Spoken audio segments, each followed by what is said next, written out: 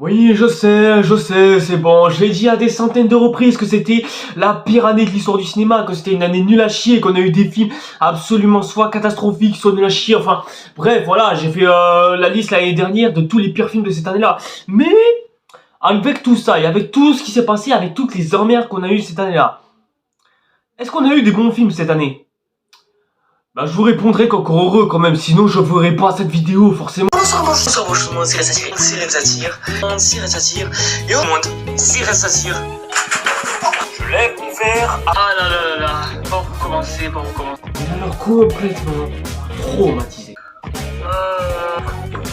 Je peux pas venir à coup de ouais, mais attends, le film il est beau, mais après qu'est-ce qu'il raconte? Il raconte rien. Et donc bonsoir et bonjour tout le monde, c'est Red Satire et aujourd'hui, cette fois-ci, on se retrouve après le flop de l'année. Forcément, vous vous y attendez à ce que l'on s'attaque au top de cette année 2023, à savoir le top 10. Et cette fois-ci, bon, comment dire, commençons un petit peu depuis le début. On a eu beaucoup de bons films cette année, ça je peux pas le nier. Et en plus de ça, dans ce lot, il y a plein de films que je n'ai malheureusement pas vus, qui si ça se trouve étaient très bien, hein, j'irais même excellent peut-être. Sauf que le gros problème, c'est que parmi tous ces bons films, il y en a juste une petite poignée, hein, ça se compte pas sur les doigts d'une main non plus, mais voilà, au total, je n'ai vu que 12 bons films cette année, en tout cas 12 films que j'ai validés personnellement. Et parmi tous ces films-là, soit ils sont bons, soit ils sont excellents, soit ils sont validables, soit... Ouais, soit ça se regarde, hein, on prend pas un plaisir à le regarder non plus. Et ça, je dois vous avouer que, c'est dommage en fait, c'est dommage, du coup ce qui fait que, j'ai eu énormément de galères à faire cette liste-là, et c'est pour ça d'ailleurs, que si ça se trouve, j'aurais peut-être pas sorti le 31, peut-être je l'aurais sorti le 1er janvier, mais bon, je prie... Et j'espère qu'elle sortira le 31, savoir ce jour-ci, parce que là... Et il y a eu une autre partie où j'ai galéré sur cette liste, c'est que je ne savais pas du tout où est-ce que je devais mettre ces films-là, parce que il y en avait tout aussi des excellents, des exceptionnels, les uns comme les autres. Et vraiment, j'ai eu énormément de difficultés à devoir choisir entre quel film je devais mettre en numéro 1 ou en numéro 3, mais bon... Ça, non seulement vous allez le constater au fil de la liste, mais bon, voilà, pour dire... En fait, pour dire... j'étais littéralement au point où je devais choisir entre mes propres gosses. Alors que je n'ai même pas de gosses, hein, c'est dire le niveau. Mais bon, ça de toute façon, vous allez le voir. Mais avant d'entamer cette liste pour commencer, je tiens quand même à rappeler quelques règles. Au cas où ça aurait échappé à certains, notamment aux 2-3 qui font son fond là-bas et qui parlent depuis tout à l'heure. Ces films, je les ai classés, bon, certes, selon mes goûts, hein, mais aussi selon le niveau de ce que le film peut nous offrir. C'est-à-dire que ce sera à la fois subjectif, mais il y aura aussi en même temps un petit peu d'objectivité pour bien faire comprendre mes propos.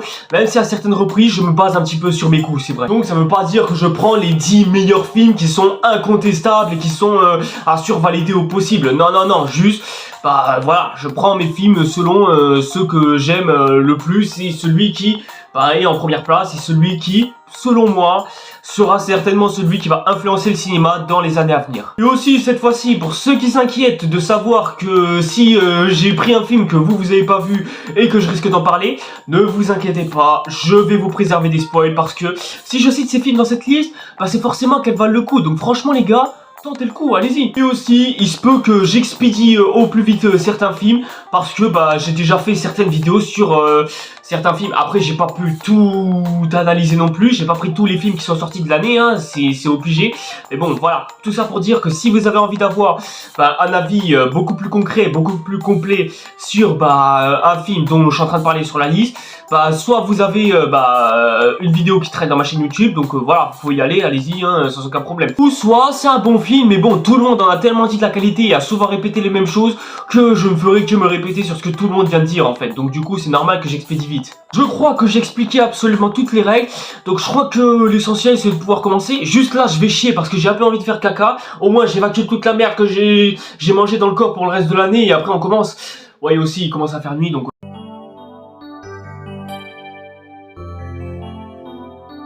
Bon, forcément, on commence cette liste avec le film qui est certainement le plus attendu de cette année. Donc ça montre juste que l'on commence très fort, bien évidemment. Et cette fois-ci, on parle de Super Mario Bros, le film qui n'est pas un si gros film que ça. Pour vous dire à quel point le niveau des films cette année, c'est... On va dire que c'est quelque chose. Bon, déjà, faut savoir qu'à ce moment-là, je sortais d'un cours de natation, tout ce qu'il y a de plus basique, tout ce qu'il y a de plus normal, simplement. Puis, voilà, je sortais un petit peu fatigué, un petit peu rabat, bref, vraiment, j'étais pas vraiment dans le mood nécessaire. Surtout qu'en plus, c'était en pleine période de Ramadan. Croyez pas que c'est parce que j'ai pas mangé ou quoi que ce soit, mais bref, vraiment, c'était vraiment un moment où, voilà, j'étais pas en forme. Puis j'ai vu que l'on proposait des horaires autour de, sur Mario Bros le film, en séance de cinéma. Du coup, j'ai pris mon ticket illico presto. Et quand je suis ressorti du film, putain, j'étais dans un de ces moods. Je sais pas comment j'ai fait pour retrouver la pêche, mais j'ai eu l'impression d'avoir retrouvé presque une énergie que je n'avais plus depuis super longtemps. Mario, en fait, c'est un symbole quasiment générationnel. Ça touchera ta mère, ta grand-mère, tes enfants, tes petits-enfants à l'avenir, bien sûr. Y'a ton arrière-grand-mère à la pute qui sait pas qui... Non mais c'est bon, Booba, on a déjà fait la blague, on va pas la faire deux fois. En tout cas, ce film d'animation sur Mario Bros, je l'ai trouvé super passionnant. L'histoire est captivante, elle est intéressante. L'amitié entre Mario et Luigi, enfin... la fraternité, si on peut dire, est super intéressant. En fait, tu regardes ce film, t'as juste l'impression d'avoir offert un film simple, sans prise de tête, sans quoi que ce soit, avec bien sûr 10 000 easter eggs qui va ravir tous les fans de Mario en disant alors 10 000 easter eggs retrouvés dans tel film Mario Bros, alors à tel moment vous avez la sonnerie de la GameCube qui apparaît dans le téléphone de ah ta gueule, c'est bon, ferme ta gueule. Bien sûr, vis-à-vis de ce film, j'avais 2-3 a priori, par exemple le fait que Luigi se fasse sauver à la place de Peach, mais bon, c'est vrai que j'avais souvenir que dans Mario Galaxy, on était aussi capable de sauver Luigi à certains moments dans certains niveaux, donc j'avoue, autant pour moi. Et puis c'est vrai que Peach qui se fait un petit peu capturer, c'est quelque part quelque chose qu'on vit dans tous les jeux. Donc là j'avoue sur le coup, j'ai peut-être été de mauvaise foi et je m'en excuse. Surtout qu'en plus le bon côté de la chose au moins, c'est qu'on met Peach un peu plus en avant. Parce que faut se l'avouer, Mario Bros, il n'y a que des hommes qui sont mis en avant. Et c'est vrai que pas mettre Peach en avant devant de la scène quoi, je pense que ça aurait pas été sexiste non plus, mais il y aurait certainement des chipoteurs qui se seraient dit qu'il manque des femmes à mettre en place parce que voilà, surtout que le coup de la princesse à sauver tout ça, c'est vrai que ça a été vu plein de fois et à plein de reprises dans plein de films, surtout médiévaux et enfantins comme ceux de Mario Bros, et c'est quelque chose que l'on joue depuis les années 80 quoi, donc voilà, je pense que mettre Peach en avant en tant qu'héroïne principale du film, c'est pas plus mal non plus. Et puis je pense que voir Mario et Luigi progresser en même temps dans cette aventure, ça aurait été bien. Mais quelque part, on les a déjà vus faire les plombiers au début du film. Donc je pense que c'est largement compensant et suffisant. Ce qui est bien au moins avec ce film, c'est qu'il aura au moins réussi à briser la malédiction des adaptations de jeux vidéo complètement pétés. Alors qu'elle a déjà été cassée depuis un fort long moment, les gars, va falloir suivre un petit peu. Et c'est vrai que si on devait choisir l'année du jeu vidéo par excellence, je pense que ce serait automatiquement 2023 qui gagnerait sans aucun problème. Parce que déjà, on a une adaptation de The Last of Us acclamée par la critique. Après... bon, j'ai pas encore regardé la série, mais je vais la faire un jour ou l'autre, ne vous inquiétez pas pour ça. Et bien sûr, on a eu Zelda Tears of the Kingdom, évidemment, comment est-ce qu'on peut ne pas le citer. On a eu Spider-Man 2 sur PS4, évidemment. Bref, vraiment, l'année du jeu vidéo, ça a été clairement 2023. Surtout que c'est aussi l'année la plus rentable de Nintendo, parce que la Switch s'est tellement fait vendre cette année-là qu'elle est littéralement la 3e console la plus vendue de tous les temps, en dessous de la PlayStation 2 et de la Nintendo DS, et pas 3DS, au cas où vous confondriez entre les deux. Et je pense que Mario Bros, le film, y est certainement pour quelque chose, et ça a même permis à Nintendo de collaborer avec Sony pour faire le prochain film Zelda qui j'espère ce sera bien. Mais bon, pour l'instant on n'a aucune information bien précise, mais on espère avoir de la qualité comme on l'a eu avec Mario Bros le film. Franchement, ce film Mario Bros, c'est pas le film du siècle non plus, faut pas abuser, c'est même pas un film qui mérite quelconque Oscar, je sais pas ce qui vient foutre nominé à 2-3 Oscars, genre Oscar du meilleur film d'animation, mais vote mes couilles ou je sais pas quoi. Non, vraiment les gars, je vois pas du tout ce qui vient foutre dans cette histoire. Soit ce serait Across the Spider-Verse, soit Suzume qui mériterait ce titre-là, mais Mario Bros ne mérite aucun Oscar à ce titre-là. Mais je pense aussi que le côté positif de la chose avec Mario Bros le film, c'est que au moins, il va aussi permettre de mettre un peu plus en avant les films d'animation, et ça je pense qu'il en aura largement besoin. Et si vous n'avez toujours pas vu Super Mario Bros le film, qu'est-ce que vous attendez les gars? Allez le voir, vous attendez pas un chef-d'œuvre, mais attendez-vous à passer au moins un bon moment avec votre héros moustachu préféré. Je crois que moustachu ça me fait dire autre chose, mais vas-y.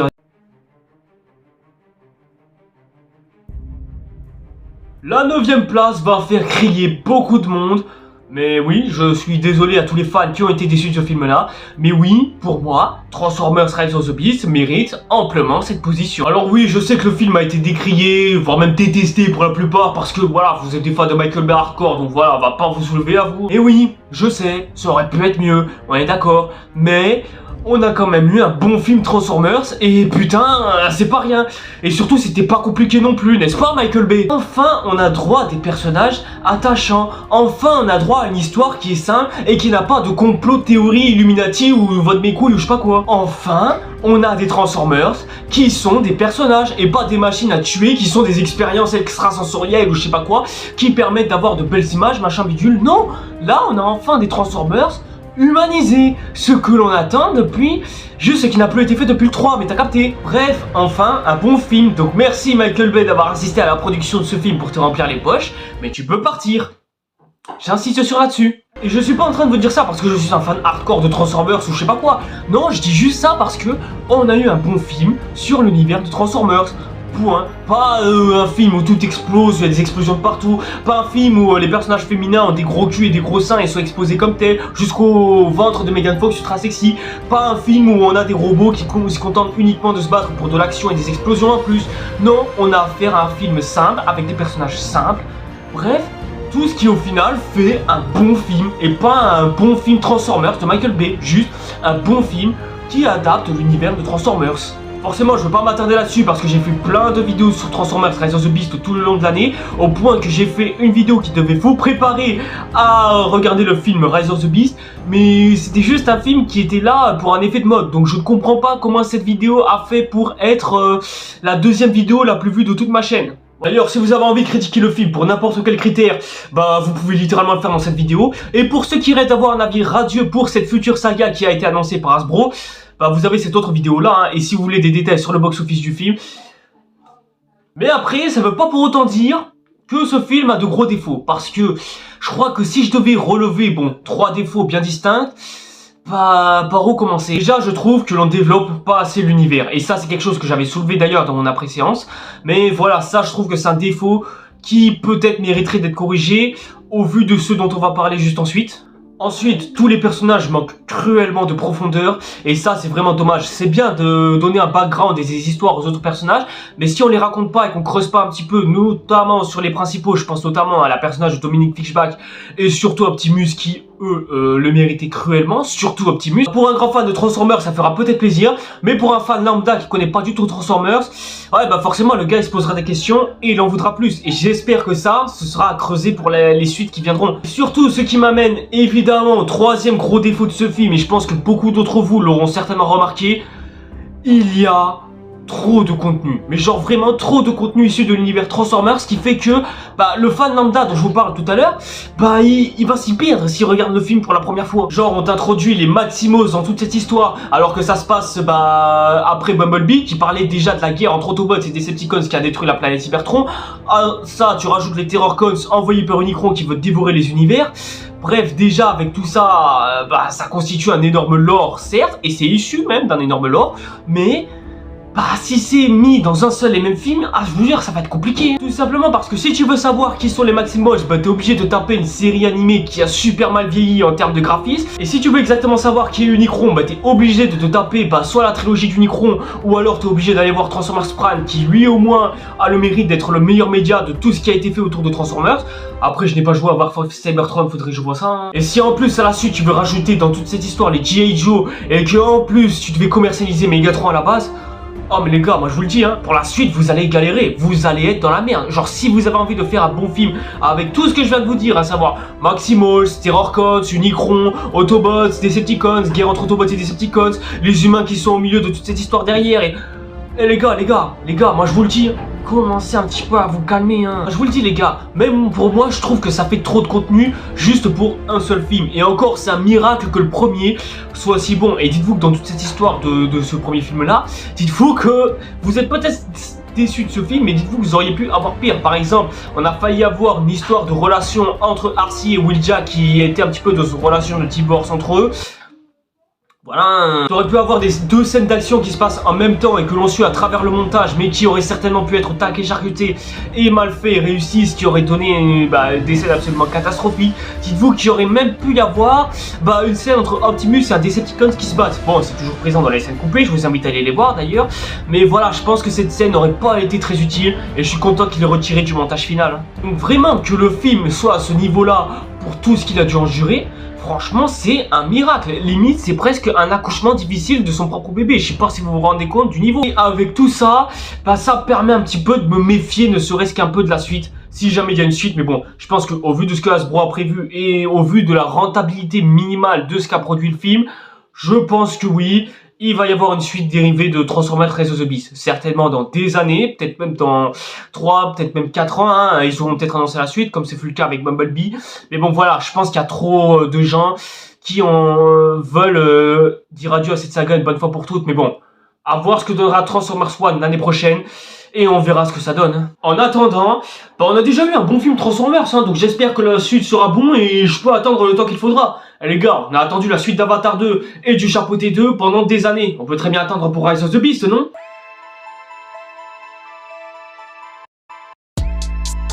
Bon, j'avoue que ce film-là, bon, pas beaucoup de gens ont eu envie d'en parler au fil de l'année, mais c'est quand même un film qui se regarde, même s'il n'est pas meilleur que son prédécesseur, au moins il lui fait honneur, et c'est déjà ça, hein, surtout quand t'as des suites de films qui déçoivent énormément. Hein. Il s'agit de la suite d'une suite, on peut plus ou moins appeler ça une trilogie, et oui, j'ai décidé de mettre Creed 3 en 8ème position. Pour vous dire à quel point la qualité des films cette année-là c'est catastrophique. Parce que oui, j'ai entendu certaines critiques à coup de ouais en fait c'est exactement la même chose, des films Creed c'est tout le temps comme ça, etc. etc.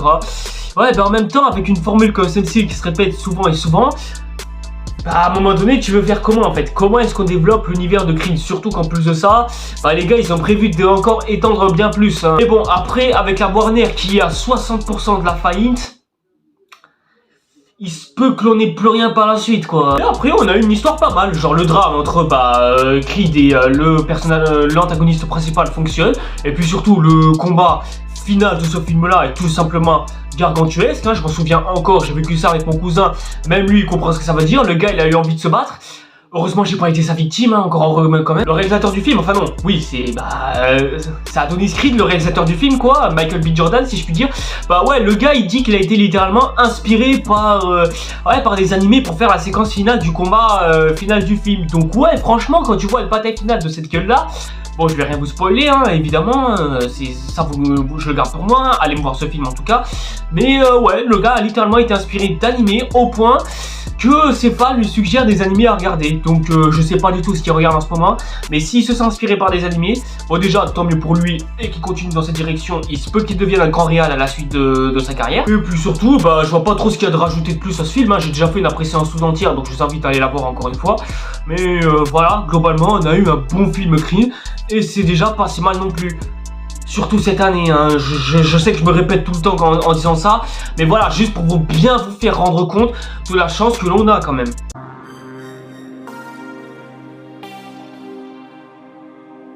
Donc le numéro 7 de ce film, il est très compliqué à aborder parce que bah, je ne sais pas exactement par où commencer. C'est un film français, putain. Et avoir un bon film français ces dernières années, je pensais que soit c'était compliqué, soit que c'était impossible, ou soit que c'était tentable. Mais j'ai remarqué que cette année, les Français se sont enfin bougé le cul. On dirait que tout le monde a vu le pire du milieu, ils se sont dit attendez, si c'est ça le cinéma d'aujourd'hui, là, faut vraiment qu'on se bouge, là. Là, on est vraiment à la ramasse, parce que, vraiment, cette année, on a eu Le Règne Végétal. Je crois que même cette semaine, ils ont sorti un film d'horreur autour des araignées et tout ça. Donc voilà, ce qui peut faire plaisir, hein. On a adapté, en plus de ça, un livre d'Alexandre Dumas. Et cette fois-ci, on s'attaque à la transition du 19e et 20e siècle, puisqu'on parle de Apache, hein, qui n'a pas trop fait parler de lui non plus, mais qui franchement était vachement sympa. Si vous avez pas du tout entendu parler de ce film, mais vous avez certainement dû entendre des bruits à droite à gauche, je vais vous en parler vite fait. Apache, ça raconte l'histoire d'une jeune femme qui vit dans les rues aux côtés de son frère, et suite à l'assassin d'un proche qu'elle aimait bien, elle décide de se recruter auprès d'un gang qui s'appelle les Apaches, un gang qui pousse à cambrioler des riches pour déjà s'enrichir et un peu plus donner aux pauvres. Bon, dit comme ça, l'histoire franchement elle a pas l'air ouf, mais je vous assure que c'est bien. Sinon, sinon il serait pas du tout dans le top, hein. Bon déjà la réalisation de Romain, je sais même plus c'est quoi son nom de famille, et tout simplement incroyable. Déjà le gars il arrive à nous plonger dans cette France des années 1900 et 1800, hein, ça marche amplement. Ensuite il arrive à proposer de beaux plans, surtout j'en reviens pas de ce plan séquence à la fin du film qui était tout simplement gargantuesque et tout simplement extraordinaire. Et si vous voulez en savoir plus, allez me voir ce film parce que vraiment Un plan séquence comme ça, c'est rare qu'on puisse en voir de cette envergure. Et surtout niveau acteur, et c'est le plus important, parce que en général, quand on prend des grands acteurs français, on prend souvent les plus connus, et ils commencent déjà à se faire vieux. Donc franchement, je pense qu'à un moment donné, il serait peut-être temps de passer la relève. Et donc du coup, ça fait plaisir d'avoir enfin des petits nouveaux qui démontrent la mesure de leur talent. Je vous mets tout leur nom à l'affiche juste ici pour que vous puissiez les suivre dans tout ce qu'ils vont faire comme projet et dans ce en quoi ils vont s'engager, parce qu'ils le méritent amplement. Surtout qu'en plus ces petits nouveaux, ouais non, c'est pas juste les petits cons qui font les malins au fond de la classe. Non, c'est des gars, ils font leur travail sérieusement. Ils se contentent pas juste de prendre leur texte et de faire les cons devant la caméra. Non, les gars, ils interprètent leur rôle et ils savent jouer leur rôle comme un acteur est censé faire. Voilà, vous rappelez quand Mohamed Eni disait cette phrase là. Le problème avec le cinéma français, c'est qu'il donne des rôles plus à des acteurs, mais à des humoristes. Vous voyez ce que je veux dire ou pas, les gars? Voilà, un humoriste, ce n'est pas un acteur. Un youtubeur, ce n'est pas un acteur. Et là, je pense qu'il est enfin temps de faire fermer sa bouche à Mohamed Eni. Là, on a des vrais acteurs. Là, on a de bons acteurs. Et vous voulez savoir c'est quoi le pire avec ce film-là? C'est pas le seul à être en 7ème position. Ouais, en fait, il y a un autre film qui est aussi français et qui fait aussi partie de cette position. Et si vous suivez ma chaîne depuis un certain temps, je pense que vous savez plus ou moins de quel film est-ce qu'on parle. Encore, avec en tête d'affiche, le futur légendaire Alban Lenoir. Future grande star hollywoodienne de notre pays à nous, la France, après Omar Sy. Aka nous raconte l'histoire du personnage de Alban Lenoir qui est engagé par une famille pour protéger son fils après j'avoue je me souviens plus trop du synopsis, mais bon de toute façon les gars j'ai fait un après-film sur le sujet, donc si vous voulez plus de détails, le film est tout simplement dynamique, rythmé et super facile à digérer. La preuve, j'ai déjà oublié ce film pour vous dire à quel point le film est incroyable. Ce film, c'est le genre de film américain qui, voilà, le film d'espionnage américain ou le film de meurtre américain, le film de gang américain comme on en voit souvent. Mais comme c'est à la française et surtout que ça a du savoir-faire, pour une fois que c'est bien fait, pour une fois qu'on fait quelque chose qui a bon goût et qui est un minimum original, parce que c'est pas juste pour foutre une star en tête d'affiche comme par exemple avec tous les films de Jason Statham, Sylvester Stallone ou Dwayne Johnson ou Vin Diesel ou je ne sais quelle autre connerie du genre. Non, là on sait pas juste on n'a pas juste foutu une star pour foutre une star et brasser des millions ou quoi que ce soit. Non, là c'est juste on a foutu une star, on l'a foutu dans une histoire, on l'a fait faire vivre son histoire et ça marche, vraiment ça marche. C'est un excellent film. De toute façon, quand je cite cette 7ème place, c'est que vraiment pour vous dire que la France se bouge, enfin cinématographiquement parlant. Ça fait des années qu'on dort et qu'on propose tout le temps les mêmes merdes, et enfin on a des bons films français, et ça fait du bien. Le truc avec ces deux films, c'est qu'ils sont tellement bons que je ne vois pas exactement lequel des deux est-ce que je pourrais choisir pour mettre vraiment à la 7ème place. Mais bon, comme il y a tellement de bons films et surtout d'excellents films, j'avais vraiment envie de citer les deux juste parce que j'arrive pas à les départager parce qu'ils sont trop différents l'un de l'autre pour les partager. Mais surtout, j'avais envie de mettre notre cinéma français, histoire d'un petit peu cocoricotiser la chose pour bien vous faire comprendre qu'au final, le cinéma français, il en a dans son répertoire. J'ai même l'impression ces dernières années qu'on a enfin affaire à une nouvelle génération de figures françaises qui mettent enfin en valeur notre cinéma. Et ça, je vous avoue que ça me fait un petit peu chose au cœur, et tant mieux d'ailleurs. J'ai hâte de voir ce que la France nous réserve en tant que film. D'ailleurs, il y a l'espèce de film d'horreur là qui sort cette semaine normalement, je sais pas si vous l'avez encore vu. Mais bon, je pense que ça vous fera plaisir à vous les arachnophobes en tout cas. Mais bon, voilà, moi je pense que j'irai voir ce film parce que voilà, les films français d'horreur, ça... J'ai jamais entendu parler de ce genre, et j'ai hâte de voir comment est-ce qu'ils vont mettre en valeur ce genre-là au ciné.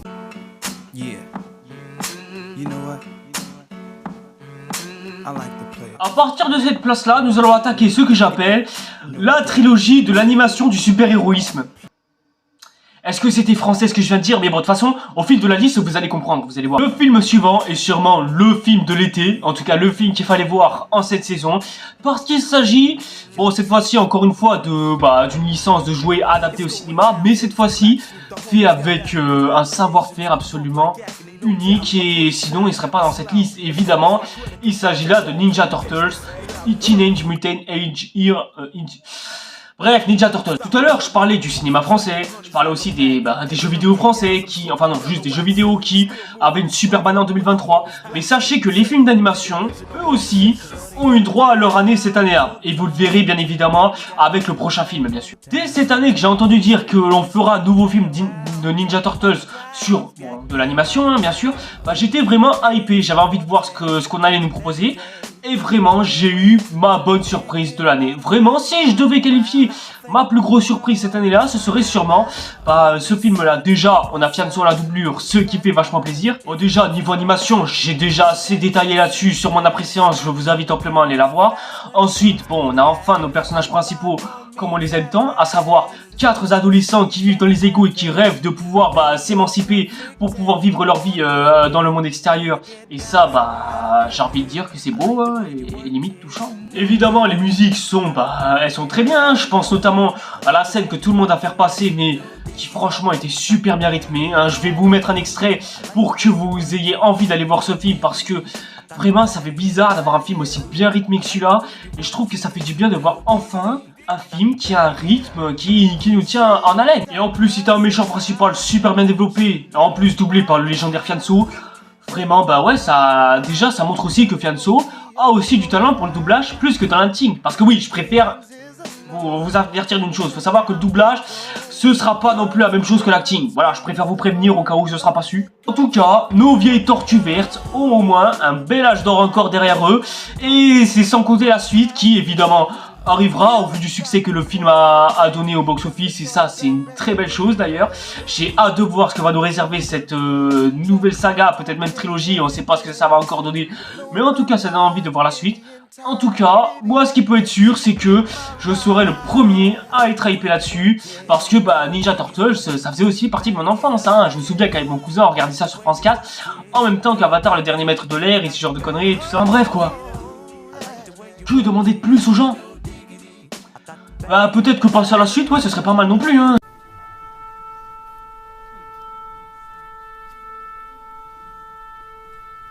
Bon, je dois vous avouer que lorsque j'ai vu le premier opus de ce film, c'est pas que j'avais détesté non plus, c'est juste que, voilà, j'étais un petit peu sceptique et j'avais encore du mal à ce moment-là avec les films d'animation. Et en me le revoyant exprès pour aller voir sa suite, justement, je me suis dit, allez, on va tenter notre coup encore une fois. Et je dois vous avouer que j'ai vraiment été plutôt satisfait de ce film-là qu'on a eu dès le premier opus. Pour ensuite, sa suite est bien évidemment arrivée. Et là...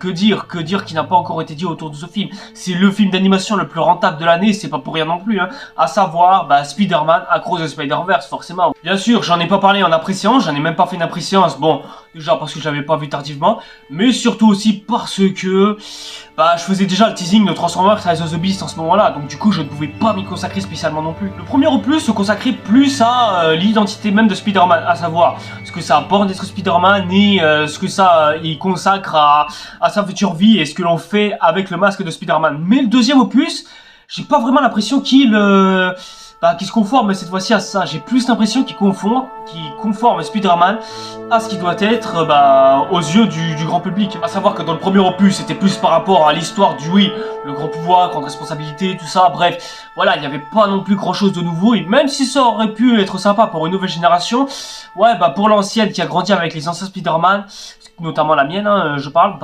ouais, ce sera sympa 2 secondes, mais voilà, moi ça me touchera pas plus que ça, justement. Et puis, le deuxième opus est arrivé, et putain, grosse baffe de la part de ce film-là, qui me ferait peut-être dire que ce film-là serait peut-être la future meilleure trilogie de toute l'histoire des films de super-héros, parce que les trilogies de super-héros les plus grandioses de l'histoire du cinéma, croyez-moi, on n'en a pas des masses, on en a même quasiment aucune. Sauf peut-être Captain America. Ah, peut-être, ouais. Le deuxième opus, lui, va plus parler de ce que doit être Spider-Man à la base. Ce que, il doit représenter surtout dans ce multiverse Spider-Man. Et ça, je trouve que ça brise un petit peu le 4ème mur. Parce qu'on a toujours confirmé à Spider-Man à surmonter la mort de tel homme, tel machin. Je vais éviter de spoiler quand même pour que vous ayez à découvrir ça par vous-même. Si vous voulez voir quelle est la qualité de ces 2 films absolument extraordinaires, Datman, encore lui que je cite très souvent en vidéo, il analyse le sujet super brièvement. Si vous avez vu les 2 films, hein, et c'est surconseillé, je vous conseille vivement d'aller la voir, sauf celle-ci qui spoil le dernier opus de Spider-Man qui arrivera prochainement. Mais ouais, soyons honnêtes, que ces films Spider-Man, ça montre qu'ils sont super bien construits, super bien scénarisés. Bref, on a vraiment des gens qui ont du talent, non seulement dans l'animation, mais aussi dans la scénarisation de ce qu'ils veulent raconter. Et en bref, les gars, ils savent ce qu'ils font. Et ça fait non seulement bizarre de voir ça au cinéma, et surtout, bah, ça fait plaisir. Il y a enfin des gens qui savent quoi faire quand ils font une trilogie. C'est pas ils vont dans la précipitation pour dire machin bidule, non, c'est des gars, ils prévoient tout en amont pour bien laisser couler de source tranquillement. On a plus ça dans nos sagas de nos jours. Parce que oui, autant dans le premier opus, je trouvais que l'animation était super, mais bon après, moi mon problème, la première fois que j'avais vu ça, c'est que bah, j'avais un petit peu du mal à m'y habituer et ça a été assez difficile de... Mais bon, forcément, avec Teenage Heroes Ninja Turtles, ce que j'avais vu cette année, forcément, avoir Across the Spider-Verse, je devais forcément m'attendre à ça.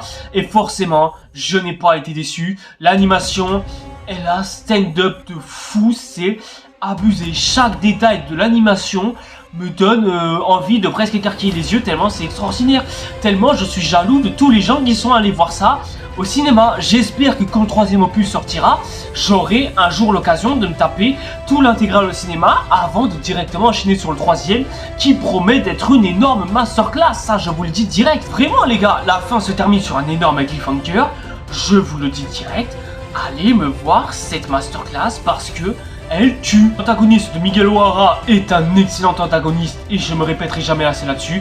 Bref, c'est...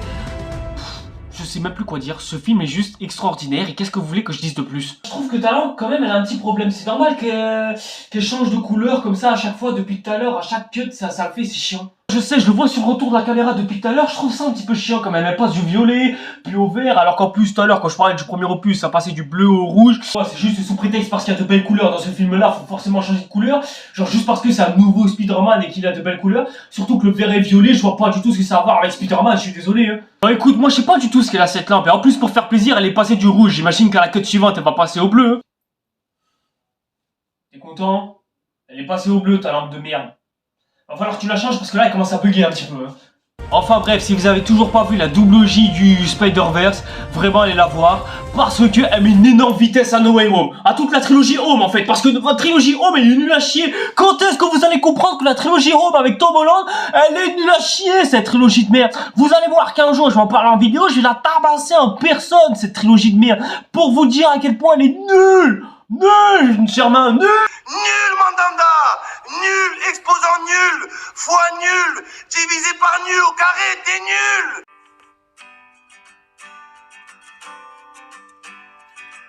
Alors je sais que le film précédent méritait amplement la première place, surtout avec la scène dans le train qui est meilleure que dans le Spider-Man 2 de Sam Raimi. Mais voilà, fallait bien que je parle aussi de ce film-là qui, très honnêtement, est sûrement, qu'est-ce que vous voulez que je dise de plus à propos de ce film hein? Ce film a quasiment mis fin à une ère que certes je n'ai pas suivi depuis le début, mais qui vraiment m'a pris au trip pendant ces dernières années, au point que je n'en revienne pas qu'encore aujourd'hui ce soit fini. Mais oui, je parle bel et bien des Gardiens de la Galaxie volume 3. Et effectivement, ouais, quand je vous disais que c'était la trilogie de l'animation super-héroïque, c'est pas pour rien, parce que j'ai parlé d'un premier opus, d'un deuxième opus, et d'un troisième opus, 2 films de super-héros à la suite. Même si bon, Ninja Turtles c'est pas trop un film de super-héros non plus hein. De tous les super-héros issus de Marvel, ouais c'est quasiment ceux que l'on a le plus kiffé suivre au fil de leur vie. Tout à l'heure j'avais parlé de la nouvelle génération qui allait avoir un héritage d'incroyables films, surtout de super-héros venant de déjà Across the Spider-Verse et surtout d'animation avec Ninja Turtles et sûrement Transformers et les films adaptés de jeux vidéo. Mais je pense qu'il serait bien aussi de revenir sur l'ancienne génération parce que je crois qu'elle aussi mérite ne serait-ce qu'une petite place derrière hein. Je comprends maintenant pourquoi est-ce que c'est la trilogie préférée de Steven Spielberg en tant que film Marvel.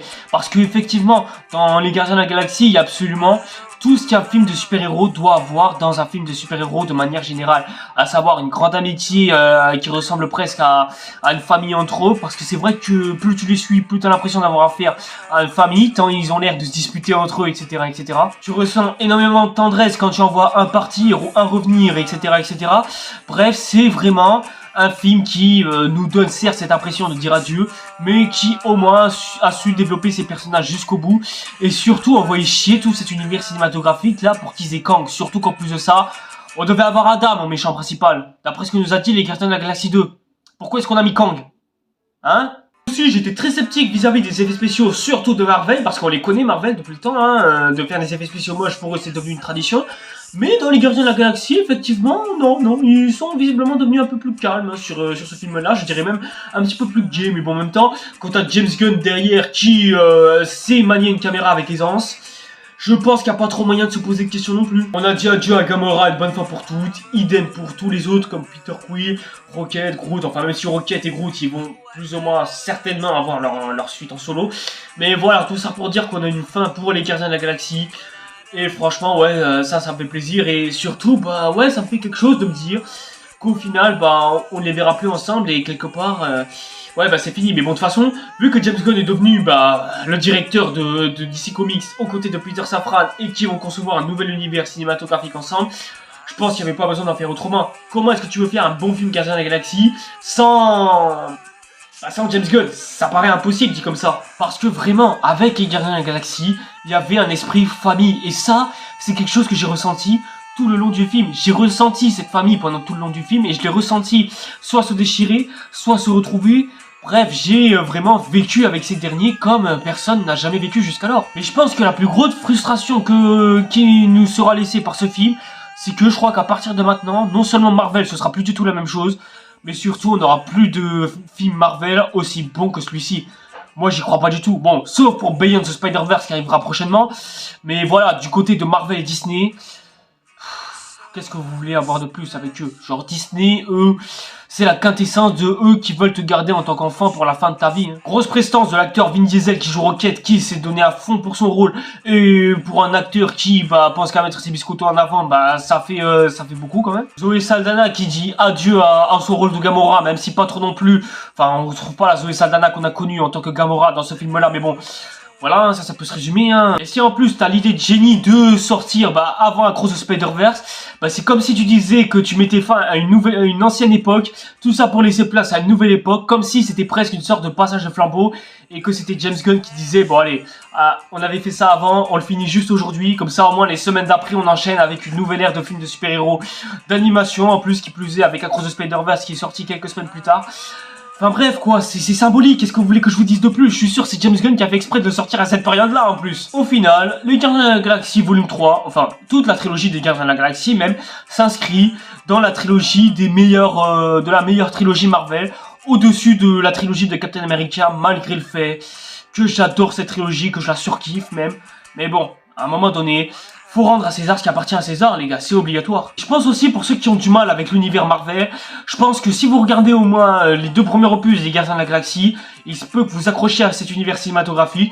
Et je pense que pour nous tous, fans de Marvel, à ce moment-là, on peut très bien s'arrêter là, hein, comme ça au moins c'est réglé et on subit pas d'autres frustrations derrière. Et c'est vrai que dit comme ça, on pourrait se dire que franchement, les Gardiens de la Galaxie 3, c'est bon, c'est peut-être le meilleur film de l'année, tout ça.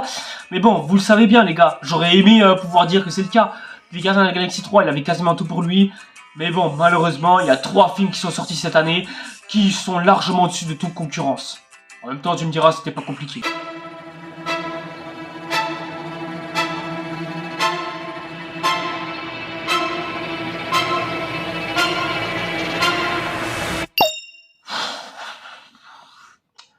Je n'ai jamais autant galéré avec un top 10 comme celui-là. Parce que ces 3 films, ils sont chacun uniques en leur genre, au point que j'ai eu à galérer pour savoir lequel de ces 3-là finirait en numéro 1 ou en numéro 2 ou en numéro 3. Au point que je pense même que ce sera à cause de ces 3 films que non seulement j'aurai accumulé du retard, mais surtout en plus que cette vidéo ne sortira certainement pas le 31 décembre, alors je vous parle. Non, il se peut qu'ils sortent soit le lendemain ou peut-être les jours d'après, qui sait. Ouais, parce que pour vraiment me mettre d'accord, j'étais obligé de me retaper les 3 films à la suite. Bon, par la suite, genre d'un coup d'une traite directe, hein, sinon je serais complètement fou. Non, j'ai juste regardé minutieusement 3 films à chaque moment de 3 journées bien distinctes. Et c'était en même temps que je faisais le montage de mon flop de l'année, hein, c'est vous dire. Donc ce sera à cause de ces 3 films que j'aurais perdu du temps, sachant que l'un fait 2h30, l'autre fait 3h et l'autre fait 3h27. Donc c'est vous dire. Hein. Commençons tranquillement par ordre de date de sortie, si vous voulez bien, mesdames et messieurs. The Fabelman, réalisé par Steven Spielberg, qui, bah franchement, dès que j'ai vu ce film-là, en début d'année bien évidemment, j'ai su direct que ce film-là allait être un chef-d'œuvre, et surtout qu'il allait certainement être en première position de... Ouais bah, de ce top de l'année, directement. Avec une réalisation de Steven Spielberg toujours au top, malgré ses 75 ans, peut-être même ses 80 ans, j'ai pas l'âge exact. Une musique avec un piano qui nous accompagne d'une manière absolument jolie, orchestrale. Bref, c'est pas le John Williams que l'on adore, mais ça fait plaisir de l'entendre sur un petit piano bar bien... Dans cette histoire, on suit un dénommé Sammy Fableman, mais bon, comme on est courtois et qu'on veut pas le considérer comme un gosse, on va l'appeler Sam Fableman, qui rêve de devenir cinéaste, et on va plus ou moins suivre, bah...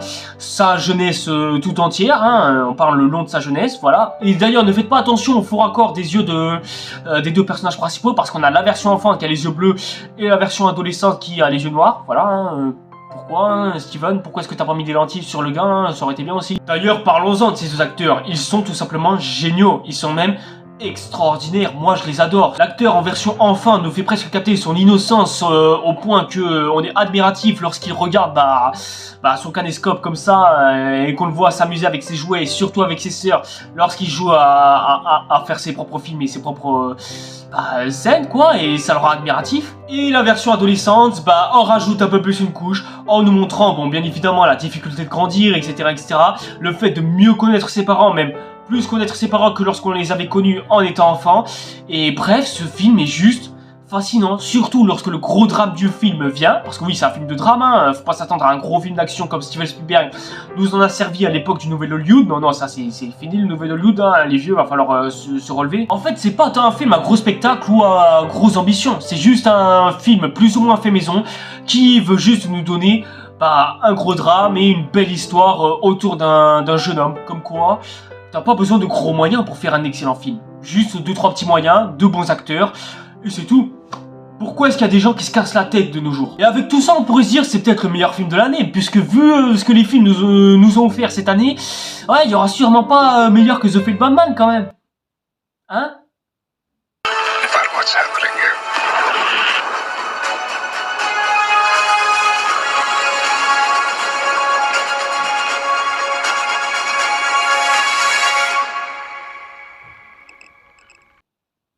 Oh putain, ouais, c'est vrai, j'avais oublié celui-là.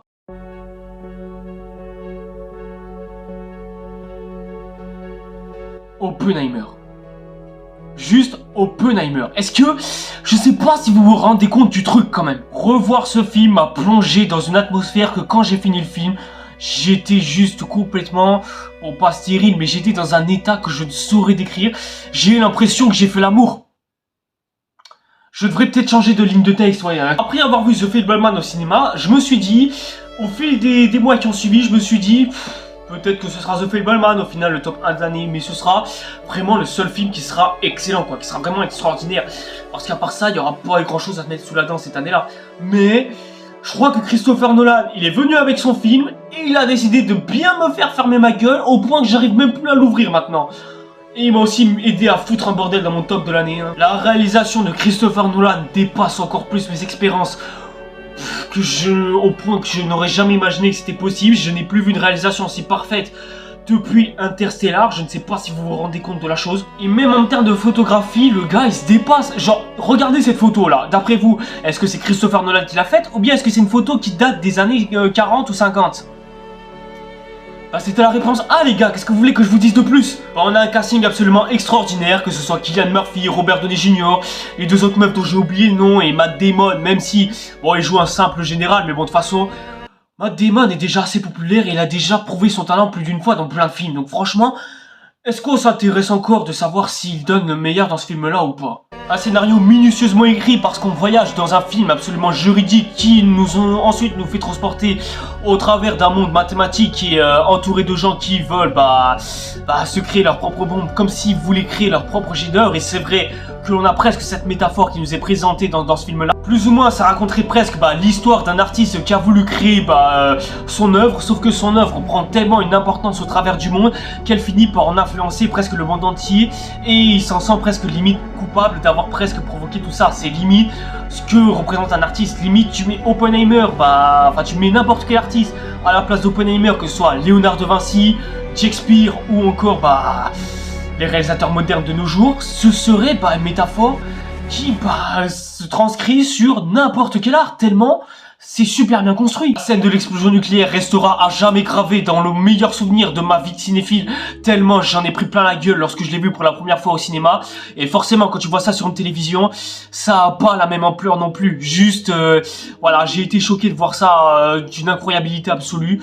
Mais après, quand tu vois ça à la télévision, voilà, ça a pas la même ampleur que dans une salle obscure, retranscrit sur un grand écran. Et c'est surtout le seul gars qui utilise la musique dans son film sans que je puisse péter les plombs en regardant un film. Mais c'est tellement fait d'une manière intelligente et les musiques sont tellement belles et immersives que ça explique mon état de transe lorsque j'ai vu le film pour la seconde fois. Et peut-être aussi la première fois, mais c'est fait avec tellement de précision et les musiques sont tellement immersives et te mettent tellement dans l'ambiance au bon moment qu'à un moment donné, je peux que vous recommander de voir, voire même revoir le film juste pour ces OST absolument magiques. Je vous mets, allez, 2-3 extraits, c'est moi qui régale, allez-y.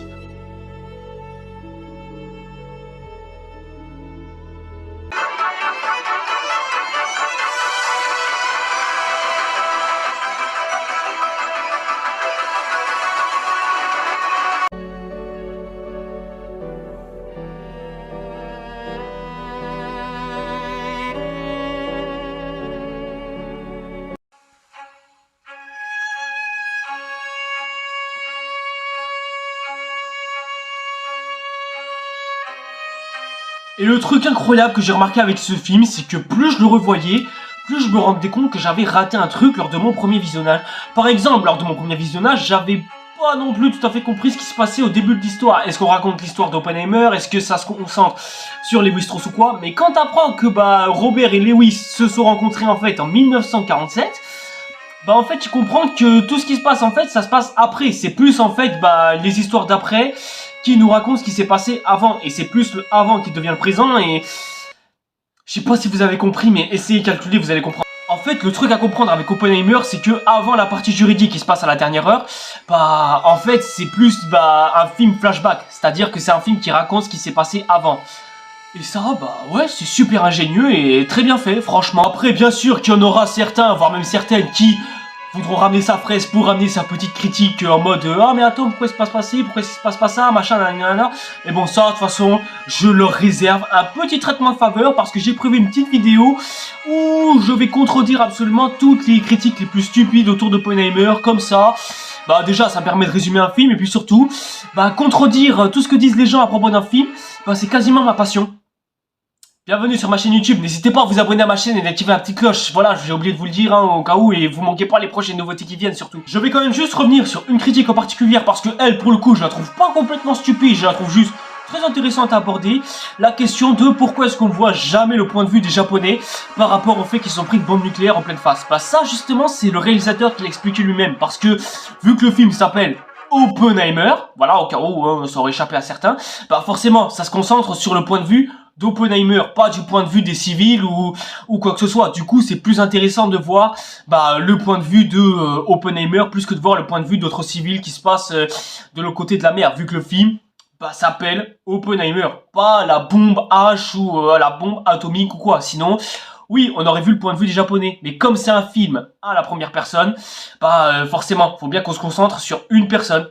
La personne dont le nom est écrit sur l'affiche. Bon, du coup, avec tout ça, vous allez me dire, faut que je choisisse entre lequel. C'est lequel entre les deux qui est le meilleur film de l'année? Alors, pas si vite quand même, parce que...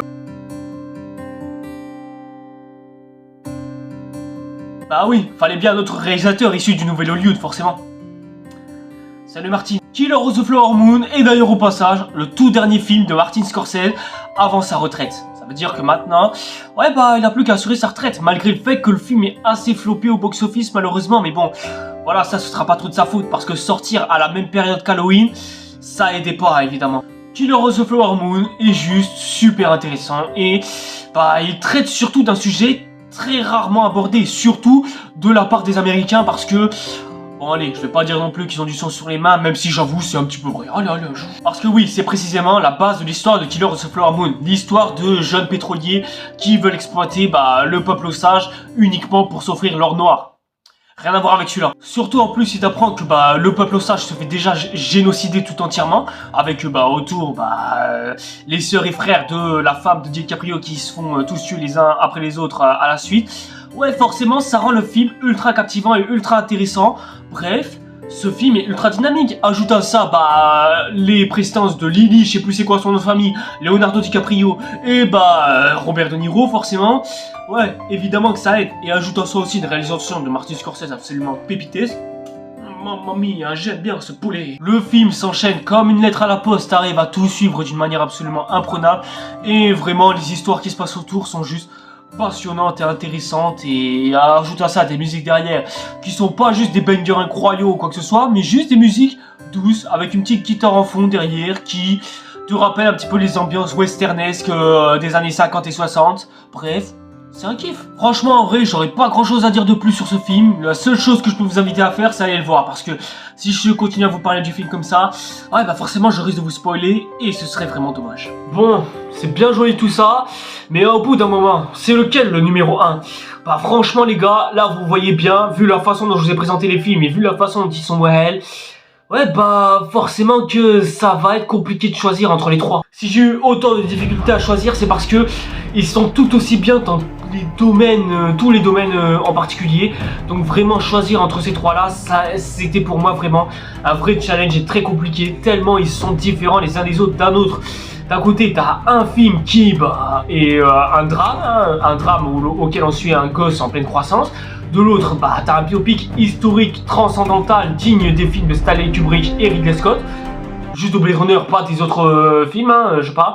Et de l'autre, t'as juste un film d'enquête simple et efficace, réalisé par un grand réalisateur du Nouvel Hollywood.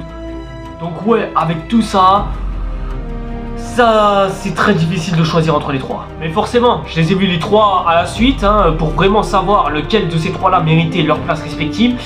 Et dans mon revisionnage, je me suis quand même rendu compte que Killers of the Flower Moon a un tout petit problème qui fait que il est en 3ème position du classement. Bon, vous avez sûrement remarqué que j'en ai pas parlé beaucoup plus longtemps que les deux autres où je me suis pas mal attardé, surtout Oppenheimer et aussi un petit peu Fableman. Mais le truc que j'ai remarqué avec Killers of the Flower Moon, c'est que on fait beaucoup de place aux trois acteurs principaux, mais je trouve que le reste du casting est complètement éclipsé, pour pas dire mise à l'écart. Du coup, ce qui fait que quand ils crèvent, t'as soit aucune émotion pour les personnages qui meurent à la suite, soit je trouve le film un petit peu mou. Au premier visionnage, tu peux trouver ça hyper fascinant et tu peux vraiment être captivé par ce que tu regardes. Mais le gros problème de ce film-là, c'est que quand tu revois le film, t'as plus trop d'émotion parce que déjà, tu sais ce qui se passe quand tu revois, et surtout, c'est tout. Tu ressens pas grand-chose non plus. Du coup, ce qui fait que ça rend le film un peu, j'aime pas trop utiliser ce terme, surtout pour un film comme celui-là, mais j'ai trouvé le film plus ennuyeux que lors de mon premier visionnage. Et c'est pas normal. Martin Scorsese, on voit qu'il essaie de faire des choses avec sa caméra, qu'il nous propose des vrais plans, de super belles séquences, etc. Mais il y a juste un petit problème, c'est que entre temps, le cinéma il a évolué. On a vu soit plus perfectionner ça, ou soit on a vu plus spectaculaire que ça. Du coup, soit on aura affaire à 2-3 plans contemplatifs, mais c'est tout. En fait, le gros problème de Killers of the Flower Moon, c'est que Martin Scorsese a du mal à se renouveler en tant que réalisateur. Du coup, ce qui fait que ça rend son film un peu plus plat que tout ce qu'on a vu ces dernières années. Même Spielberg, il a essayé 2-3 trucs avec sa caméra, et ça marche mieux. Et ça, je dirais même, ça vieillit mieux, surtout au revisionnage. Mais pour Scorsese, je pense qu'il aurait dû un peu plus se renouveler, surtout pour son dernier film. Bien sûr, c'était pas son but d'innover, mais voilà. Malgré tout ça, en revanche, on a des acteurs ultra convaincants. Juste dommage qu'on n'ait pas laissé aussi un peu de place aux autres acteurs, malheureusement. Ça aurait été génial, ça aurait été mais dommage, voilà, on leur a pas laissé beaucoup de place. Mais par contre, s'il y a bien un truc sur lequel j'aimerais être d'accord, c'est que Robert De Niro mérite amplement l'Oscar, plus que Robert Downey Jr. dans son rôle de Lewis Strauss, par exemple, dans Oppenheimer. Parce que le gros problème de Lewis Strauss, c'est que il a peu de temps d'écran, donc peu de temps d'écran, il en a beaucoup pas, il en a pas mal, je dis pas, mais pour s'affirmer réellement en tant qu'acteur et mettre vraiment en avant son personnage, je pense que Robert De Niro mérite plus son Oscar parce que lui au moins, il met beaucoup plus en avant son personnage, il a surtout beaucoup plus de scènes pour mieux s'illustrer. Alors que Robert Downey Jr., il a qu'une scène pour mieux illustrer son personnage.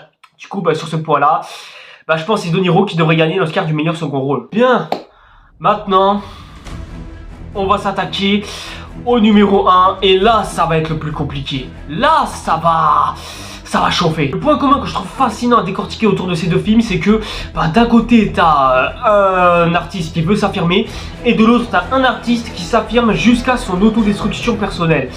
Et vraiment, autour de ça, je trouve que c'est super compliqué de départager un des deux.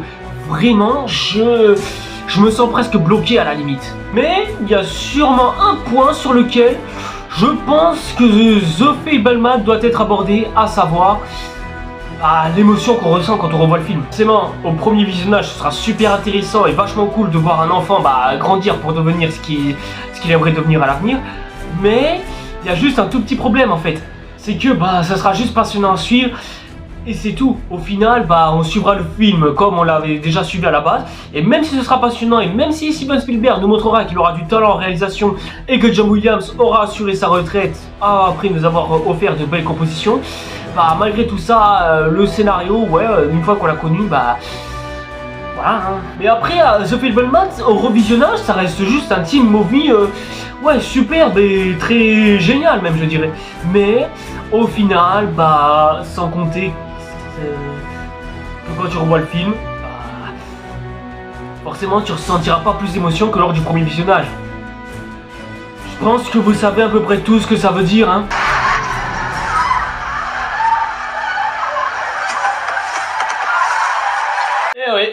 Je sais que je suis pas trop original en disant ça, mais je pense qu'on est d'accord et qu'on est honnête sur ce coup-là. Avec tous les arguments que je vous ai cités déjà en après-séance et surtout à l'instant, avec tout ce que je viens de vous dire derrière et avec toute la qualité qu'a engendré le film à la critique populaire, je pense qu'on est tous d'accord pour dire que Oppenheimer est sûrement le meilleur film de l'année.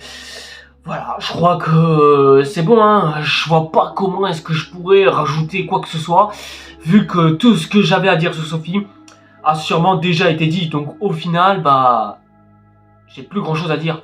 Le seul truc que j'aurais certainement à rajouter, c'est que Christopher Nolan, au fil de sa carrière et surtout des générations qui viendront, il deviendra sûrement un réalisateur d'exception et s'affichera à l'affiche des plus grands réalisateurs de l'histoire du cinéma, aux côtés des Spielberg, Stanley Kubrick, Ridley Scott, etc., etc.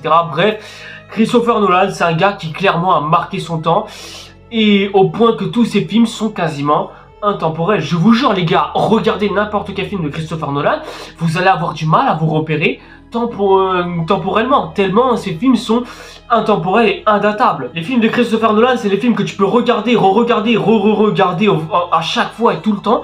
Tu auras toujours l'impression soit de passer à côté d'un petit détail, soit tu auras l'impression de vivre quelque chose que tu n'as plus vécu depuis des années. Ce gars-là va devenir influent au fil des années, ça c'est obligé. Et avec Oppenheimer, ça va rajouter une couche absolument gigantesque. C'est pas un film par exemple qui va se conformer à l'envie des producteurs, à savoir faire la copie d'une copie d'une copie d'une copie du premier film qui a déjà été fait à la base. Et si vous avez aucune preuve de ce que j'avance, nous allons laisser le temps faire et on verra à l'avenir si ce film a vraiment survécu au temps. Et je serai le premier à assister à ce genre d'événement, tellement ça me paraît incroyable à vivre. En tout cas, voilà les gens, c'est enfin tout pour ce top de l'année. Merci à toutes et à tous de l'avoir suivi. J'espère que cette vidéo vous aura plu. Et j'espère surtout que j'aurai sorti le 31 décembre comme prévu. Si c'est pas le cas, tant pis pour moi. Si vous avez kiffé cette vidéo, n'hésitez pas à liker, commenter, etc. etc. N'hésitez pas aussi à me dire quel est votre top de l'année en commentaire aussi, hein. Comme ça, moi, on en débattra et on partagera nos passions ensemble. N'hésitez pas comme d'habitude à me suivre sur les réseaux sociaux, ça me fera toujours plaisir. N'hésitez pas comme d'habitude à vous abonner à la chaîne et activer la petite cloche pour être au courant des prochaines nouveautés qui viendront. Et en attendant, histoire de conclure l'année, en tout cas si vous regardez cette vidéo un 1er janvier ou pile à 0h, je peux que vous souhaiter bonne année mesdames et messieurs. En tout cas, nous, on se retrouve pour de nouvelles aventures l'année prochaine. Allez, c'était Resatire. Encore une fois, bonne année, hein, qu'est-ce que vous voulez que... C'est trop sale, car fait trop de sale. C'est dommage, car j'étais un